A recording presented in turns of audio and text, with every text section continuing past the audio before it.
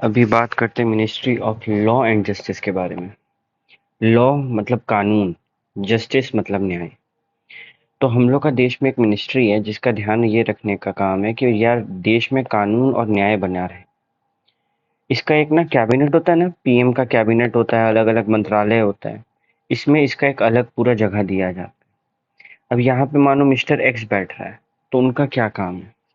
वो मैनेज करते हैं जो भी लीगल अफेयर है ना, वो मैनेज करते हैं। अब लीगल अफेयर कैसे मैनेज करेंगे, तो वो अपने अंडर में एक डिपार्टमेंट बनाते हैं। मिस्टर एक्स अपने अंडर में एक डिपार्टमेंट रखते हैं अलग अलग लोगों का, जिसको बोलते हैं लेजिस्लेटिव डिपार्टमेंट। लेजिस्लेटिव डिपार्टमेंट एक, दूसरा डिपार्टमेंट ऑफ लीगल अफेयर्स, तीसरा डिपार्टमेंट ऑफ जस्टिस। तो क्या सीखे, कैबिनेट में एक मंत्रालय है ministry of law and justice, अकेले तो काम करेंगे नहीं, तो तीन डिपार्टमेंट बनाए। Legislative department, department of legal affair, department of justice. जितना भी लीगल मैटर है वो लेजिस्लेटिव डिपार्टमेंट दिखेगा, ठीक है। जितना भी तुम्हारा मैटर विथ लेजिस्लेटिव एक्टिविटी से रिलेटेड है, लॉ का एक्टिविटी की ये बिल पास करवाना है, ये एडवाइजरी का काम है, वो सब डिपार्टमेंट ऑफ लीगल अफेयर दिखेगा। और जस्टिस क्या देखेगा, न्याय। तो मिनिस्ट्री, फिर से बेटा ये एग्जाम में लिखना पड़ेगा, ध्यान दो। लेजिस्लेटिव डिपार्टमेंट क्या देखता है, ये देखो यहाँ पे एरो मार दिए। लेजिस्लेटिव डिपार्टमेंट जो भी लॉ वगैरह बनता है, प्रिंसिपल लेजिस्लेशन, वो देखता है। डिपार्टमेंट ऑफ लीगल अफेयर क्या देखता है, जनरली ये लोग एडवाइजिंग का काम, अलग अलग सेंट्रल गवर्नमेंट को एडवाइस करता है, ऐसे काम कीजिए वैसे काम कीजिए। और डिपार्टमेंट ऑफ जस्टिस क्या देखता है कि न्याय हो रहा है कि नहीं। तो ये तीन पॉइंट है। ये थोड़ा ये लोग गंदे तरीके से बनाए हैं, हम एरो डाल दिए, तुम लोग भी बुक में एरो डालना। लेजिस्लेटिव डिपार्टमेंट का काम क्या है, इसका काम है ड्राफ्टिंग, लॉ बनाना कैसे है, लिखना कैसे है, वो सब। लीगल अफेयर्स का काम क्या है, एडवाइजिंग, ठीक है। अब आते हैं आगे, अपना दोस्त लोग आएगा अब खाली, यही अपना ये सब सिलेबस में।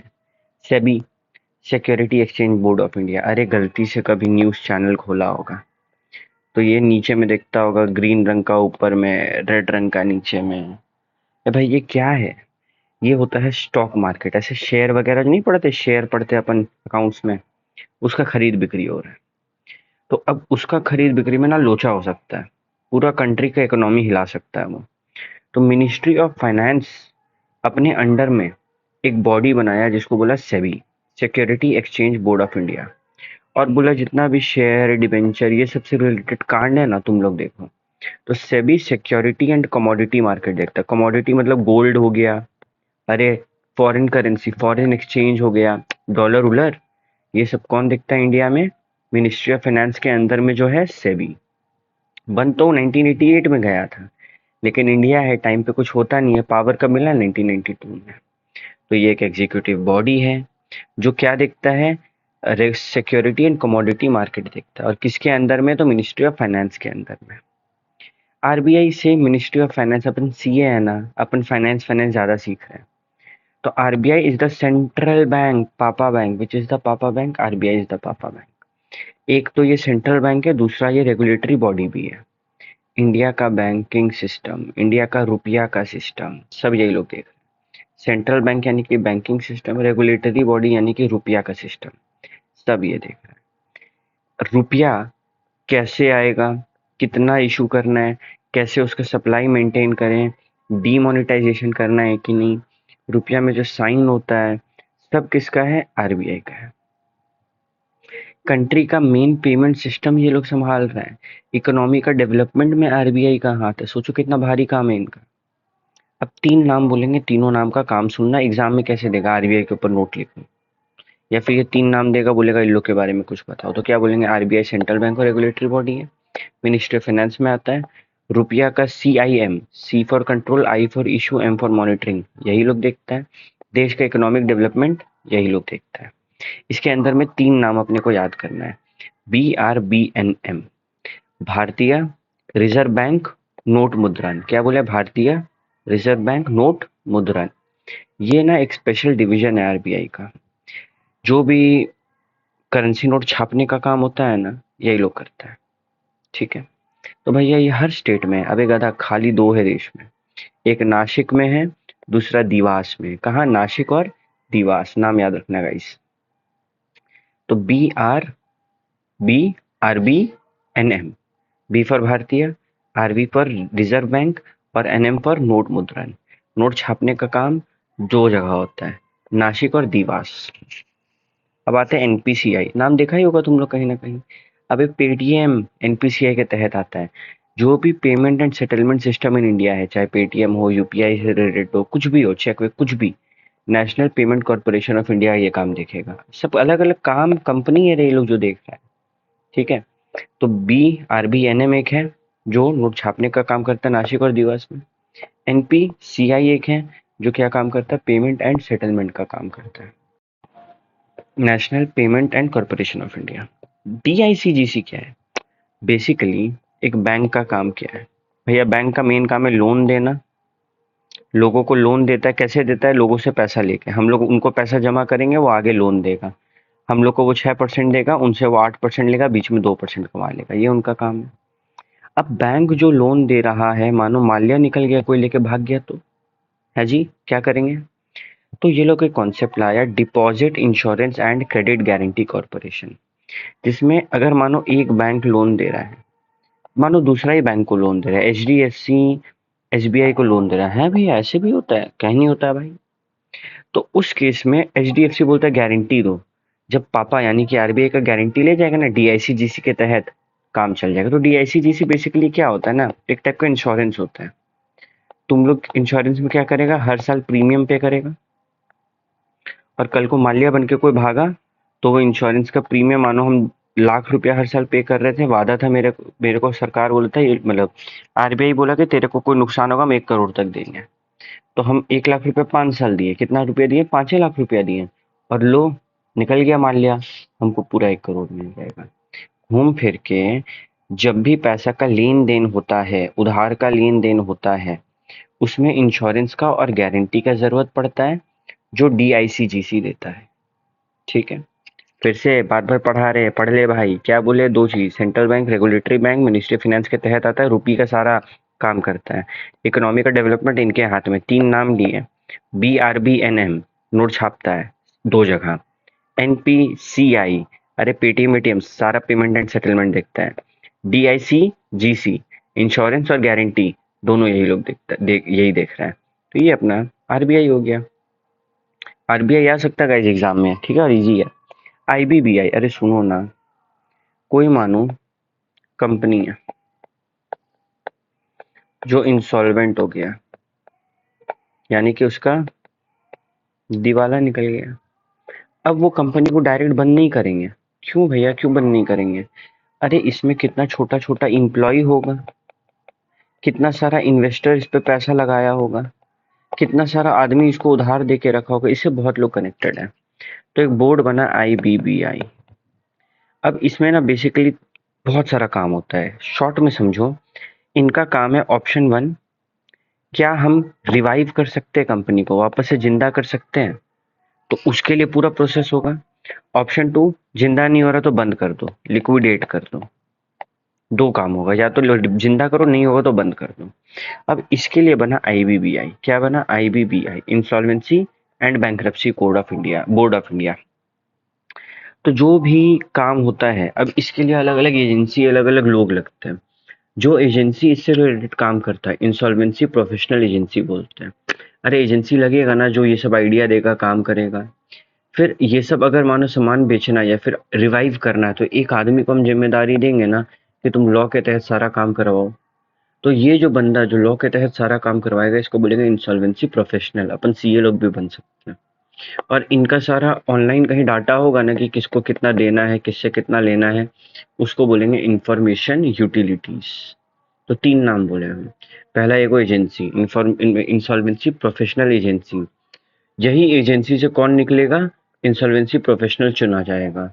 और वो कहाँ से डाटा देगा, इंसॉल्वेंसी यूटिलिटी से। कैसे, इंफॉर्मेशन यूटिलिटी से। कितना मस्त याद कराएं, फिर से एक एजेंसी में जाएंगे, IPA इंसॉल्वेंसी प्रोफेशनल एजेंसी, उसमें से क्या करेंगे, इंसॉल्वेंसी प्रोफेशनल का नाम उठाएंगे, और फिर इंफॉर्मेशन यूटिलिटी से हम लोग जो डाटा है, ये बंदा हम लोग का उठा लेगा। कब बना था, 1 अक्टूबर 2016।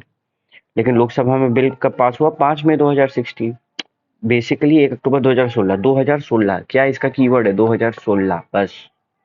आईबीबीआई कब बना था, 2016 में, डेट नहीं भी याद रहेगा चलेगा। फिर आता है कि किसको कवर कर रहा है ये। अरे तुम चाहे कंपनी है, तुम चाहे पार्टनरशिप फर्म है, तुम चाहे इकलौता दुकान है, सोल प्रोप्राइटरशिप फर्म है, अरे तुम इंडिविजुअल है, विजय माल्या है, तुम कोई भी है ना, तुम्हारा दिवाला निकला, बैंड बजा, तुम्हारा लाइबिलिटी ज्यादा हो गया, एसेट कम रह गया, तुम आईबीपीआई के तहत ही घुस जाएगा। वो ना ये प्रोसेस को पूरा सिंपल कर दिया है। तो कोई भी हो, individual, company, LLP, partnership firm, partnership, sole proprietorship, anything, ये कोड, ये जो है कोड, ये इसको क्या बोलते हैं, insolvency and bankruptcy board of India का एक कोड है, आईबीसी 2016। क्या बोले नाम, आईबीसी 2016। तो ये जो कोड है ना, ये कोड क्या किया, दो काम किया, प्रोसेस को स्पीड कर दिया, पहले बहुत धीरे होता था, धड़ाधड़ धड़ाधड़ सारा काम हो रहा है, और सिंपल कर दिया, इजी कर दिया, सबको समझ में आ रहा है। ठीक है। अब यहाँ पे जो भी मैटर होगा, दो आदमी के पास जाएगा, दो कोड बना इसके लिए, एक एनसीएलटी बना, दूसरा डीआरटी बना। डीआरटी यानी कि डेट रिकवरी ट्रिब्यूनल, कि पैसा कैसे निकलवाना है, एसेट को सेल करना है ना भाई, ताकि लाइबिलिटी को पे कर सके, डेट रिकवरी ट्रिब्यूनल। और कोई भी दिक्कत होगा एनसीएलटी में सुनवाई होगा।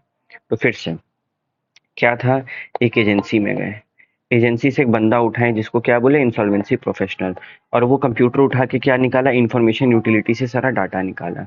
ये सब कब हुआ, 2016 में हुआ। क्या खाली आदमी का होता है, नहीं, आदमी, एलएलपी, कंपनी, सबका होता है। इससे क्या हुआ, स्पीड अप और सिंप्लीफाई हो गया प्रोसेस।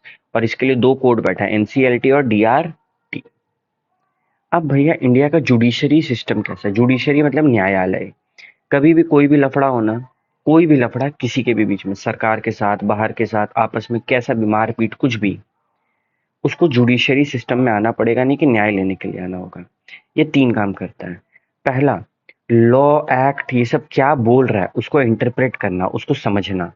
दूसरा, लफड़ा सलटाना, डिस्प्यूट को रिजॉल्व करना। और तीसरा, फेयरनेस यानी कि न्याय, सही चीज को प्रमोट करना, बढ़ावा देना सिटीजन के बीच में। ठीक है।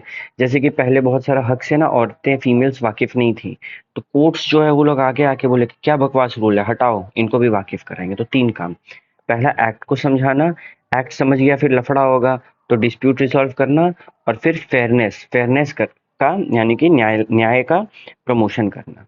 अब इसका एक हायरार्की है, हायरार्की मतलब पिरामिड होता है, पिरामिड मतलब हायरार्की होता है। अब अलग अलग लेवल है, सबसे नीचे है मेट्रोपॉलिटन कोर्ट, मतलब बेसिकली ये हर मेट्रो सिटी में होता है, इसको सबसे नीचे मत मानो। सबसे नीचे है डिस्ट्रिक्ट कोर्ट, उसके ऊपर है हाई कोर्ट, उसके ऊपर है सुप्रीम कोर्ट। बेसिकली मेरे यहाँ कोई भी लफड़ा होगा ना, तो हम सबसे पहले मेट्रोपॉलिटन कोर्ट भूल जाओ, ठीक है, हम सबसे पहले कहाँ जाएंगे, डिस्ट्रिक्ट कोर्ट में।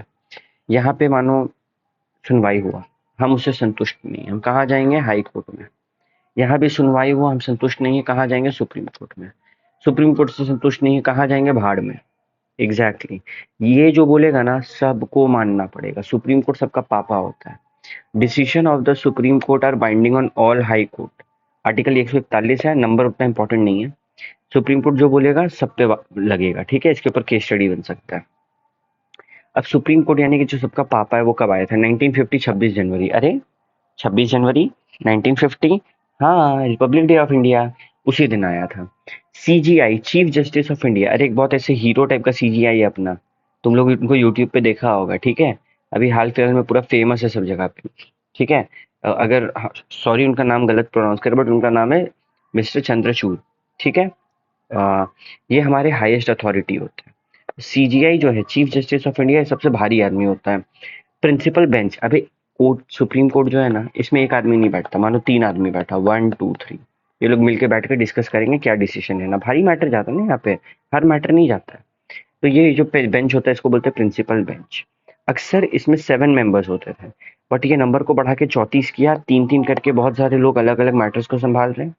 और ये 34 क्यों है, क्योंकि मैटर ज्यादा है। जनरली कितने हैं, 7, अभी कितने हैं, 34, जनरली कितने हैं, 7, अभी कितने हैं, 34। ओके। अगर मेरे को सुप्रीम कोर्ट में दाखिला करना है भैया, तो पहले पहले तो भाई डिस्ट्रिक्ट कोर्ट जाओ, फिर हाई कोर्ट जाओ, फिर सुप्रीम कोर्ट।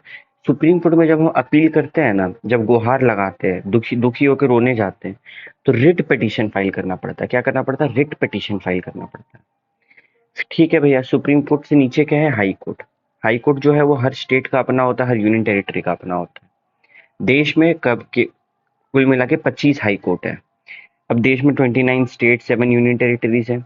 इसमें से ना 6, आई होप हम गलत नहीं कर रहे हैं, एक सेकंड तुम लोग के सामने करते हैं, 29+7 है ना, इसमें से 6 लोग तो एक ही हाई कोर्ट को जो है शेयर करते हैं। ठीक है, टोटल बेसिकली ना अपने पास 25 हाई कोर्ट है। कितना? 25 हाई कोर्ट है, 25 हाई कोर्ट है। ठीक है, हर स्टेट और यूनियन टेरिटरी का। 6 स्टेट्स जो है वो लोग सिंगल हाई कोर्ट बंच में ये लोग मैटर को सलटाते हैं। मतलब मानो 6 स्टेट है तो उनका एक हाई कोर्ट होगा। अरे तुम लोग को सिलेबस में नहीं है ना कि कौन 6 का एक हाई कोर्ट है, क्या नंबर का खेल नहीं है ना। तुम लोग को इतना याद रखना, 25 हाई कोर्ट है और 6 अलग अलग स्टेट का एक ही हाई कोर्ट है। दैट्स इट, उससे ज्यादा नहीं। ठीक है, कोई भी फंडामेंटल राइट का लफड़ा हुआ, राइट टू वोट का लफड़ा हो गया, राइट टू रिलीजन का लफड़ा हो गया, हाई कोर्ट में जा सकते हैं, कोई दिक्कत नहीं, वहां पे रिट पिटीशन फाइल कर देंगे। देश का पहला हाई कोर्ट कहाँ था? कैलकाटा में था। अब हाई कोर्ट में तुम अपील कर सकता है, गुहार लगा सकता है। तुम डिस्ट्रिक्ट कोर्ट में नहीं गया क्या, सीधे हम ओरिजिनल कोर्ट में, ओरिजिनल हाई कोर्ट में जा सकते हैं। कुछ कुछ केसेस को लेकर तुम सीधे डायरेक्ट ओरिजिनल मैटर को ही हाई कोर्ट में ले जा सकता है, अपील का जरूरत नहीं है। और सुपरवाइजरी जुरिस्डिक्शन भी है, यानी कि काम सही से हो रहा है कि नहीं वो भी कभी कभी हाई कोर्ट देखता है, उसमें लिमिट है।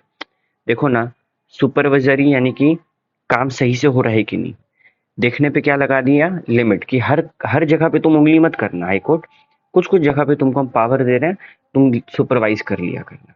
तो क्या क्या सीखे हैं? सब स्टेट और यूनियन टेरिटरी का अपना है। देश में 25 है, 6 ऐसा स्टेट है जिसका एक ही शेयर करता है ये लोग। उसके बाद चाहे अपील हो, चाहे ओरिजिनल मैटर हो, चाहे सुपरवाइजरी हो, ये लोग सब देखेगा। हाँ, सुपरवाइजरी में लिमिट है। देश का पहला बना कहाँ बना? कैलकाटा में। अरे जैसे हम तुम लोग को पढ़ा के याद करा रहे हैं ना, तुम लोग को भी ऐसे पॉइंट को उंगली में गिन गिन के याद रखना। डिस्ट्रिक्ट कोर्ट क्या होता है? अबे डिस्ट्रिक्ट हम लोग कहाँ पे हैं, जहाँ पे हैं वहाँ का एक डिस्ट्रिक्ट है ना। जैसे फॉर एग्जांपल धनबाद का डिस्ट्रिक्ट, तो कोर्ट ऑफ डिस्ट्रिक्ट, डिस्ट्रिक्ट का एक अपना कोर्ट होता है, इसका अपना जज होता है। और ये लोग ना सिविल मैटर देखते हैं, क्रिमिनल मैटर कौन देखता है? Court of session. Civil matter court of district जज देखेगा। अरे डिस्ट्रिक्ट कोर्ट ना दो टाइप का होता है, एक कोर्ट ऑफ डिस्ट्रिक्ट जज और एक court of session. Court of session जो है ना वो क्रिमिनल मैटर देखेगा, मारपीट, गुंडागर्दी, मौत, ये सब। और डिस्ट्रिक्ट कोर्ट ऑफ डिस्ट्रिक्ट जज जो है सिविल मैटर देखेगा। ठीक है, जितना भी सिविल मैटर है, सिविल मैटर मतलब सिविलियंस को लेके, प्रॉपर्टीज को लेके, इस तरीके का मैटर है। रुपया का मैटर है ना, तो जो सिविल जज है, कौन? सिविल जज। अपना यहाँ डिस्ट्रिक्ट कोर्ट में कौन जज बैठा? सिविल जज बैठा ना, कोर्ट ऑफ डिस्ट्रिक्ट जज में। रुपया का लेन देन हुआ, लोन को लेके लफड़ा हुआ, वो सब तो सिविल लॉ है। 2 करोड़ तक का है तो डिस्ट्रिक्ट कोर्ट जाना, 2 करोड़ से ज्यादा सीधे हाई कोर्ट जा सकते हैं। अरे इस पे क्वेश्चन बन रहा है, अरे क्या बोले, ध्यान से सुना। 2 करोड़ तक है डिस्ट्रिक्ट कोर्ट जाना, उससे ज्यादा है तो हाई कोर्ट जाना, याद रखना इस बात को। ठीक है भैया, जूरिसडिक्शन, जूरिसडिक्शन मतलब पावर टू कंट्रोल। लॉ का पावर क्या होता है? कंट्रोल करने का। तो जूरिसडिक्शन मतलब पावर टू कंट्रोल। ये मेन एकदम फालतू बात था, 3-4 बात पढ़े। 2 जज है, पहला डिस्ट्रिक्ट, सॉरी 2 कोर्ट है, कोर्ट ऑफ डिस्ट्रिक्ट जज। डीजे किसको देखेगा? डीजे सिविल लॉ को देखेगा। फिर क्या है? Court of session, COS, COS किसको देखेगा? क्रिमिनल मैटर को देखेगा। रुपया में कितना तक यहाँ पे जाएंगे? 2 करोड़, उससे ऊपर सीधे हाई कोर्ट। मेट्रोपॉलिटन कोर्ट जितना मेट्रोपॉलिटन सिटी है, भैया कलकत्ता है, दिल्ली है, बैंगलोर है। अबे ए, जहाँ मेट्रो चलता है वो जगह नहीं बोल रहे हैं हम। मेट्रोपॉलिटन सिटी मतलब जहाँ पे पॉपुलेशन इज 10 लाख और मोर। तेरा छोटा सा शहर में भी 10 लाख से ज्यादा लोग हैं ना, वो भी मेट्रोपॉलिटन सिटी है। और इसका अपना कोर्ट होता है। इसमें क्या होता है बेसिकली, मानो किसी को हम अरेस्ट किए हैं, तो 24 घंटा में ना हमको एक जज के पास ले जाना। डिस्ट्रिक्ट जज तो बेचारा बहुत बिजी है, तो मेट्रोपॉलिटन कोर्ट्स बनाया गया है जहाँ पे हम तुरंत से इनको लेके पेशी करवा सकते हैं। अब चीफ मेट्रोपॉलिटन मजिस्ट्रेट करके एक बंदा को बैठाएं जिसके पास चीफ जुडिशियल मजिस्ट्रेट का पावर है। चीफ मेट्रोपॉलिटन मजिस्ट्रेट, सीएमएम के पास सीजेएम का पावर है। और मेट्रोपॉलिटन मजिस्ट्रेट के पास court of magistrate of first class का पावर है। फर्स्ट क्लास कौन हुआ है? Metropolitan magistrate. अरे एमएम कौन हुआ? फर्स्ट क्लास बंदा। भाई टेक्निकलिटीज में नहीं जाना है सिलेबस में। पूछेगा what is chief metropolitan magistrate, नहीं पूछेगा। तुमसे पूछ सकता है कि हमको मेट्रोपॉलिटन कोर्ट के ऊपर 2-4 लाइन लिख के दो। तो पहला, ये लोग कंसल्टेशन का काम करता है। ठीक है, कि छोटा मोटा सुनवाई करवा दिए। उसके बाद मेट्रोपॉलिटन सिटी में होता है।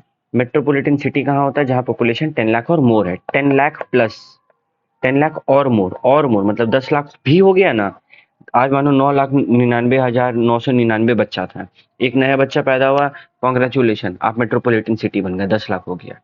अब दो बात बोला, पहला चीफ मेट्रोपॉलिटन मजिस्ट्रेट जो रहेगा, जैसा सीजीएम के पास पावर है, चीफ जुडिशियल मजिस्ट्रेट के पास है, इसको सेम पावर दे दिया। और मेट्रोपॉलिटन मजिस्ट्रेट को कौन सा पावर दिया?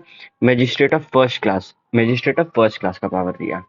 इसी के साथ ना जितना हम पढ़ाएं उतना को अच्छे से याद कर लो, ट्रिक्स दे दिए हैं, इससे बाहर से एग्जाम में नहीं आ रहा है। शॉर्ट शॉर्ट नोट्स लिखने के लिए ज्यादा आ सकता है, दो चार जगह केस लॉ बनता है। ठीक है, ऑल द वेरी बेस्ट।